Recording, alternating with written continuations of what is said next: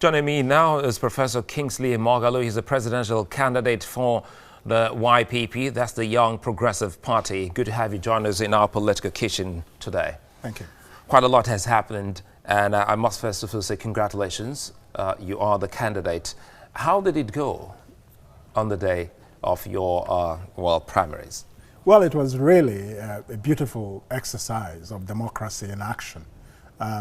You know, there were more than 200 delegates of the party across the 36 states, mostly party executives who were there.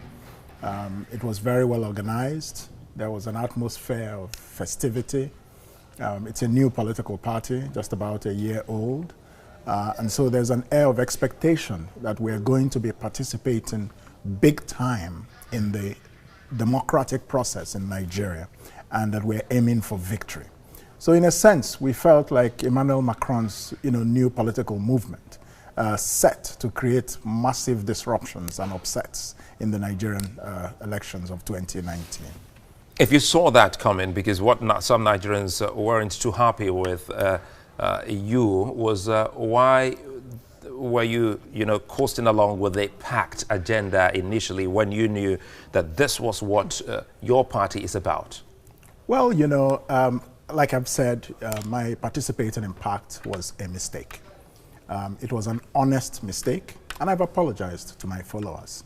I did it out of respect for the youth of this country, and I'm still saying to them to continue to support me. Unfortunately, the pact process was hijacked and manipulated to some degree, and it became not what it was supposed to be. And naturally, because I had problems, fundamental problems with the process that arrived at the final results, I had to exercise my constitutional rights to move on. And even many people have noted that the outcomes of pact raise questions about how serious Nigeria's new politicians are about confronting the current order. If you want to, speaking about outcomes, which, if you want to defeat the old order, the whole idea of pact was for us to agree among ourselves and bring out the strongest candidate. And most people in Nigeria knew who the strongest candidate in the room was. So when the outcome happened, a lot of people, the preponderance of public opinion showed that their confidence was dealt a serious blow by the outcomes. I walked away because of the process, not because of the outcome.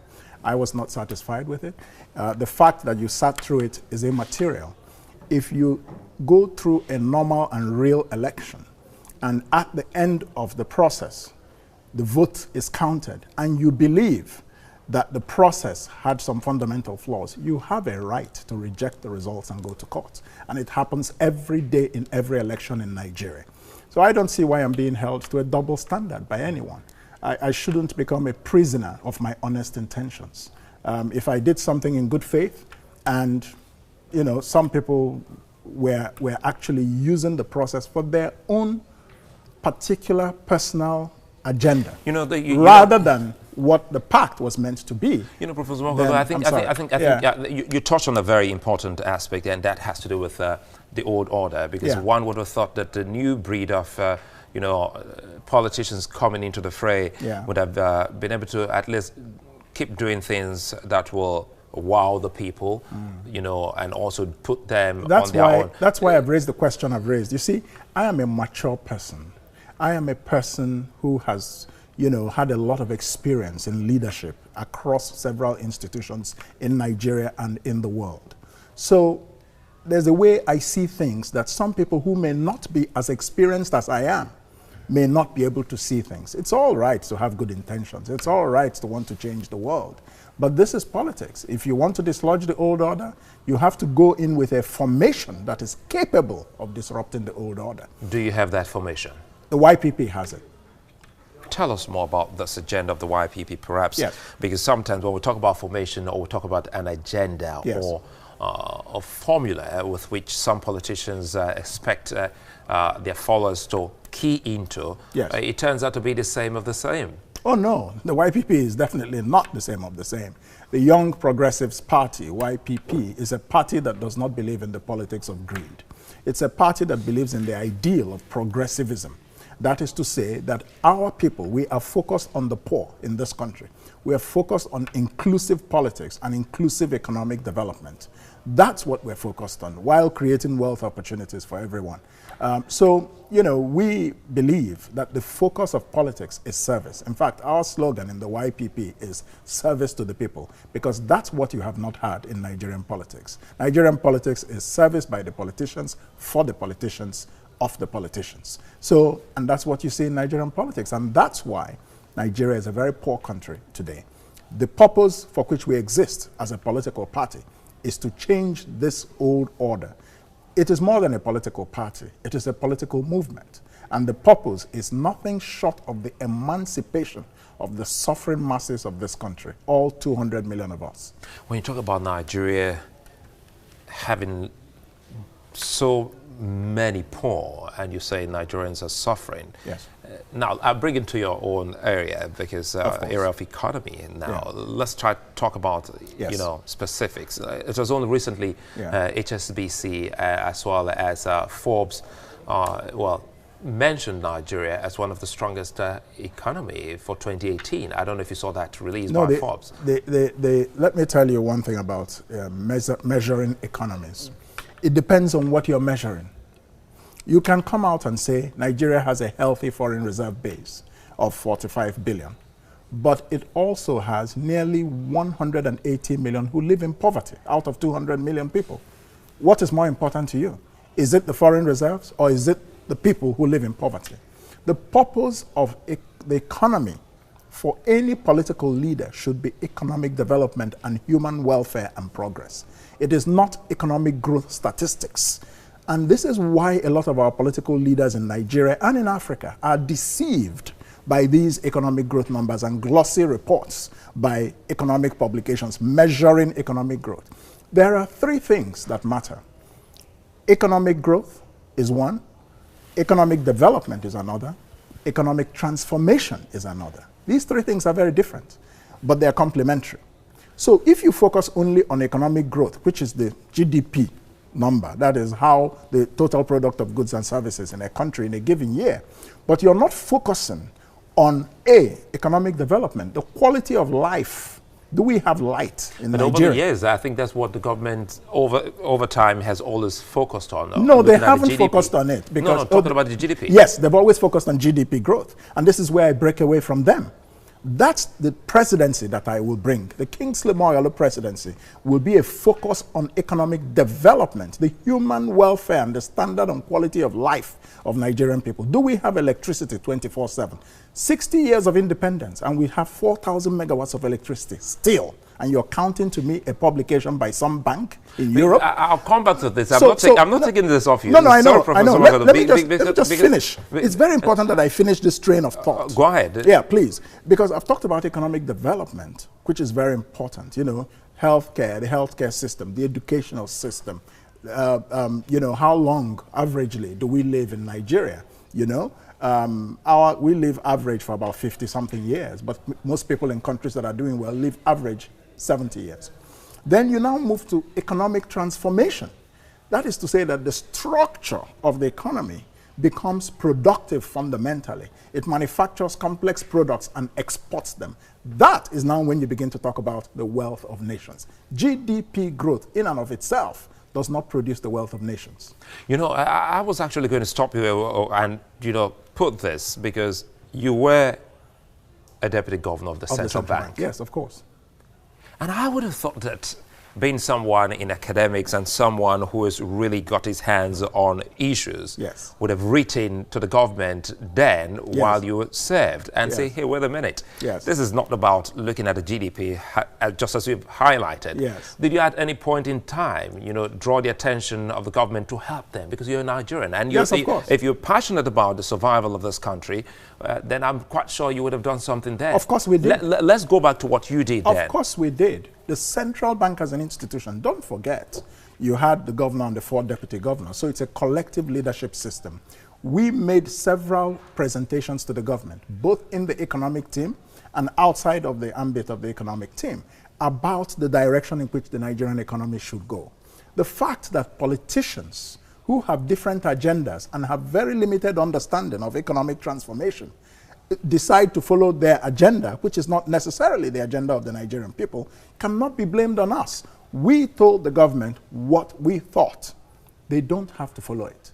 Now, there's one problem I want to explain to you, or there's something I want to explain to you. Many people think that the Central Bank of Nigeria controls the whole Nigerian economy. No. The Nigerian economy, the management of the Nigerian economy is broken into three. One, national planning. That's why you have the Federal Minister of Planning. That is the economic planning responsibility.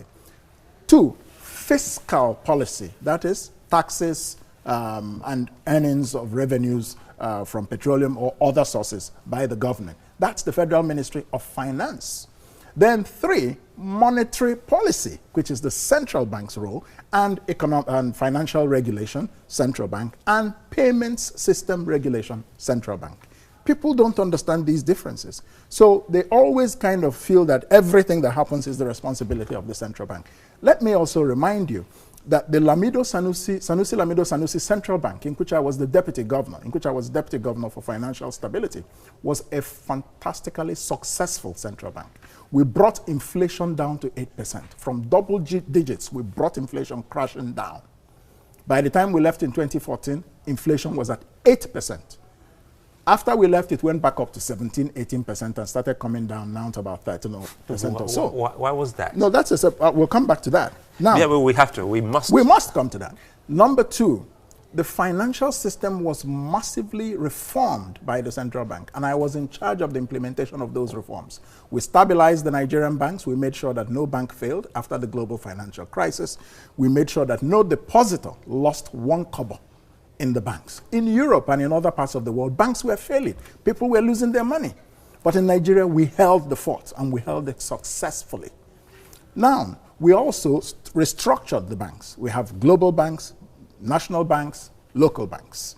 And we created other avenues of development finance and so on. We started the Nigerian incentive-based risk-sharing agricultural lending system. It's called NERSAL, whereby we began to fund agriculture in a market-based principle, but we provided some kind of insurance for failures of the market. Now, that program is still on till today, and it's helping a lot of Nigerian farmers. So, the fact is that we were very successful in our part of the economy. Now, the politicians who were looking for oil money, Nigeria's oil resources were at earning $100 per barrel for quite a while at that time. And yet they could save nothing. We kept talking about the importance of saving for the rainy day. They wouldn't listen. Nigerian politicians are a visionless and profligate lot. And that is why I'm running for president. Because I don't want to be a technocrat anymore, making recommendations for how Nigeria can be better, and politicians with selfish and corrupt agendas are ignoring you. No, I want to be a political leader. I can imagine how painful. I know how painful it can be when you come up with your idea, because virtually everyone must have actually done a thing or two, growing up, and you have a fantastic idea, and you bring it out, and no one is listening. No one is listening. Now, perhaps instead they feel threatened. Because I'll come back to all of that, especially when we talk about politicians and looking at your agenda, talking about what you hope to do for the economy, but possibly so. I still want to go back and ask what exactly they did wrong after your administration, because a lot of Nigerians are still talking about the pain they went through, looking at the exchange rate between the naira and the dollar, looking at a whole lot of things. Let me now tell you what went wrong. Good. Let me answer that question. 3 things went wrong. 3 things. Number one was Nigeria's structural dependence on oil for the past 40 years. That is not something that is the fault of only the Muhammadu Buhari administration. It's just one of a long line of administrations that have failed to diversify Nigeria's economy. Let's be clear. That's number one. Even when we heard about Operation Feed the Nation and a couple of other... Forget about slogans. I'm telling you, we know the reality that 90% of Nigeria's foreign exchange earnings have come from oil for the past 40-something years. We know that 70–80% of Nigeria's total revenues have come from oil. So we have become initiated into the worship of the small god of small things, and that is oil. And that has made this country very poor, because you cannot rely on a natural resource solely and expect that your country can become wealthy from that. You must turn it into value. How can we export raw petroleum and then import refined petroleum products and then subsidize the importation of the refined petroleum product because the politicians want to pretend to the citizens that they are blessed, quote unquote, with oil and that oil is cheap? Do you see the problem? So first of all, the reliance on oil. Second, we were unable to build buffers and savings for the rainy day, despite the central bank's consistent admonition to the politicians that you cannot carry on this way. They did not listen. Obasanjo, when he left in 2007, the excess crude account had about $22 billion in it. And that was after the global financial crisis, when the central bank had spent a lot of that firepower in order to maintain the stability of the naira and the stability of the system. Now, despite $100 oil, despite $22 billion in the excess crude account, by the end of 2014, which is the end of the Jonathan administration, pretty much, the excess crude account was down to $2 billion only. The politicians had blown it, both at the federal level and the state level. The people, some of the people who refused and argued against savings today are kingpins in the APC government. Yeah, I think history really, exactly. we know that. We saw them then on live television talking about the need for them to disburse those monies to states. Exactly. So that's number two. I'm taking this in a very clear order so that Nigerians out there understand what went wrong. First, the reliance on oil. Second, the refusal of the politicians to save. Third, the incompetent response of the Muhammadu Buhari presidential administration when the oil prices collapsed at the end of 2014 and going into 2015. And that was the most immediate cause of the recession. How did they fail? They failed because if you rely on the price of oil, if you rely on the price of one commodity, the money you earn from that commodity begins to determine the value of your currency, which should not be in a normal economy that is functioning well. The value of the currency should be determined by how productive the economy is and how it exports. That's what determines the value of the dollar, the value of the franc, the value of the yen, and all those things. It's not what determines the value of the naira. The only thing that determines the value of the naira is how much money we make from oil. So when the oil price begins to crash, people lose confidence in the currency. You see what I'm saying? So when this happened, of course, the value of the naira began to fall.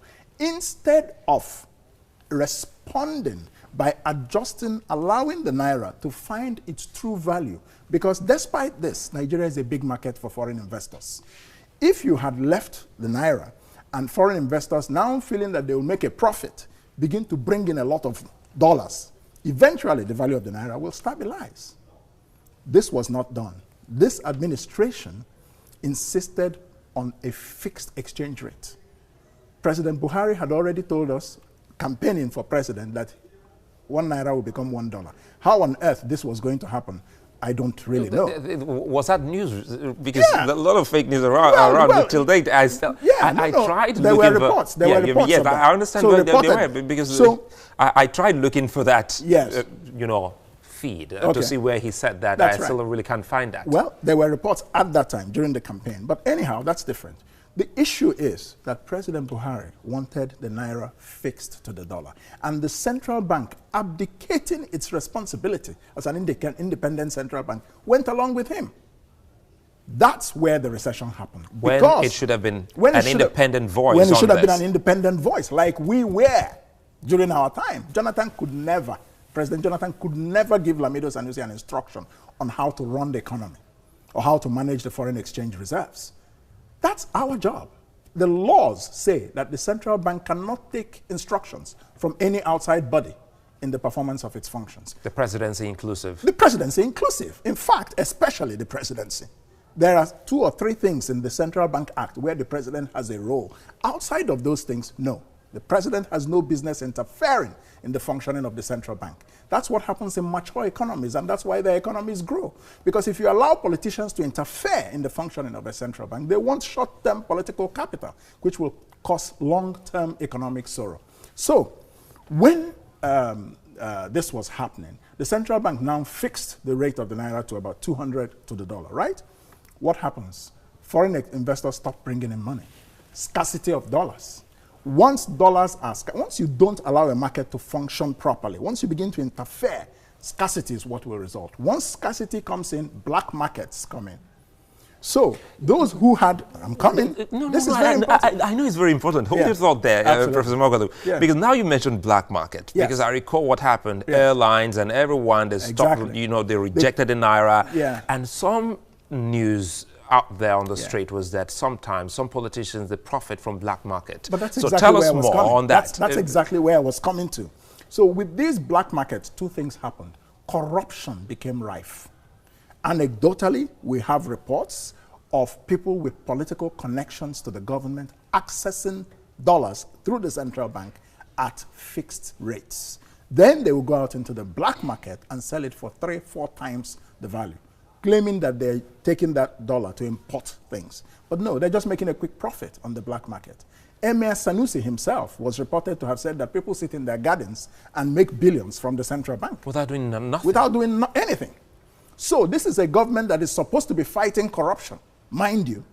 So when this happened, black markets, corruption, meanwhile, the manufacturing companies, which are supposed to be the primary constituency for accessing dollars to import raw materials inputs, could no longer access dollars. What happened? Their productivity went down. Start with productivity going down, they now began to lay off their workers. Massive unemployment followed, massive losses of productivity follows, and Nigeria's GDP tanked. This was the recession. In simple and layman's language, this is what happened. It's painful we went through that painful period.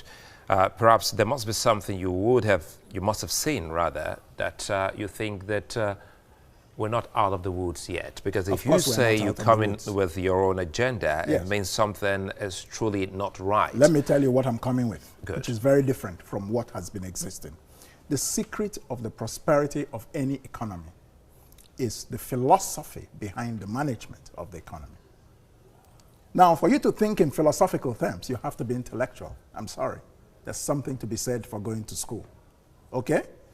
Now, you have to understand that it is the philosophy that guides the economy, that brings about the vision for that economy and brings about economic policy.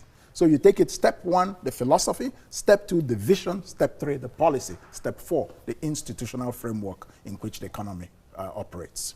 In Nigeria, our politicians don't like to think. They don't think deep. In America, in Britain, political contests are on the basis of economic philosophy. You find candidates slamming at each other. My philosophy is better than yours. Not in Nigeria.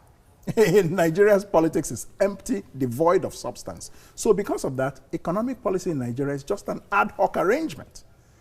And because of that, the economy cannot structurally be reformed. People are busy worshiping the small god of small things, oil price. So long as oil money is coming in, nobody wants to think. They just get that oil money and disburse it to mendicant states that have refused to be productive precisely because they can always go to Abuja and claim the oil revenues. This is why constitutional restructuring of this country is absolutely necessary. Without it, we're going nowhere. So now you're defining the kind of restructuring, you put it on a name, because sometimes it's difficult for politicians to qualify the kind of restructuring we're talking about. No, the economic argument for restructuring is absolutely overwhelming, because that is what will make our regions. I don't believe in restructuring on the basis of states. I believe that we should restructure on the basis of the 6 geopolitical zones, and there should be 6 economic zones. Each one of those zones has what we call economies of scale. They can produce, they can market, they can trade within themselves, they can manufacture within themselves, and they would be a viable market. But many states do not have that. I'll take a moment. I'll come back to you. Yeah, we'll go on a short one. We'll come back to you. We'll come back. We'll talk more on the philosophy and see how pragmatic and how real this can be. And again, one thing that I'd love to ask you is about debate, because I've just come to realize that Nigerian politicians shy away or run away from debate. That will be when we come back. Stay with us.